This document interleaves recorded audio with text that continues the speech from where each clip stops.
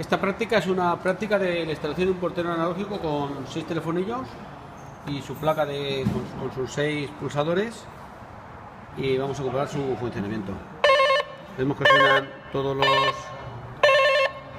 los 6 viviendas, cada una con su abrepuertas, que suena como al activarlo, y probarlo de oír no se puede probar, pero sí, funciona. Y esto es la práctica. Tiene su puesta de alimentación, vemos ahí, tiene su placa de calle, el abrepuertas, Su cableado, sus telefonillos de que iba uno cada vivienda, ¿vale? Su cableado, muy bien. Esto sí que era analógica, ¿no? Analógico, 4 comunes.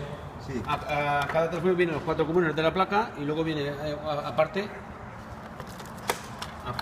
lleva cada uno lleva su retorno de llamada. A ver si lo podemos abrir sin romperlo. Aquí son los 4 comunes y el rojo es el retorno de llamada. Muy bien. Pues nada, enhorabuena, muy bien. Gracias. Muchas gracias.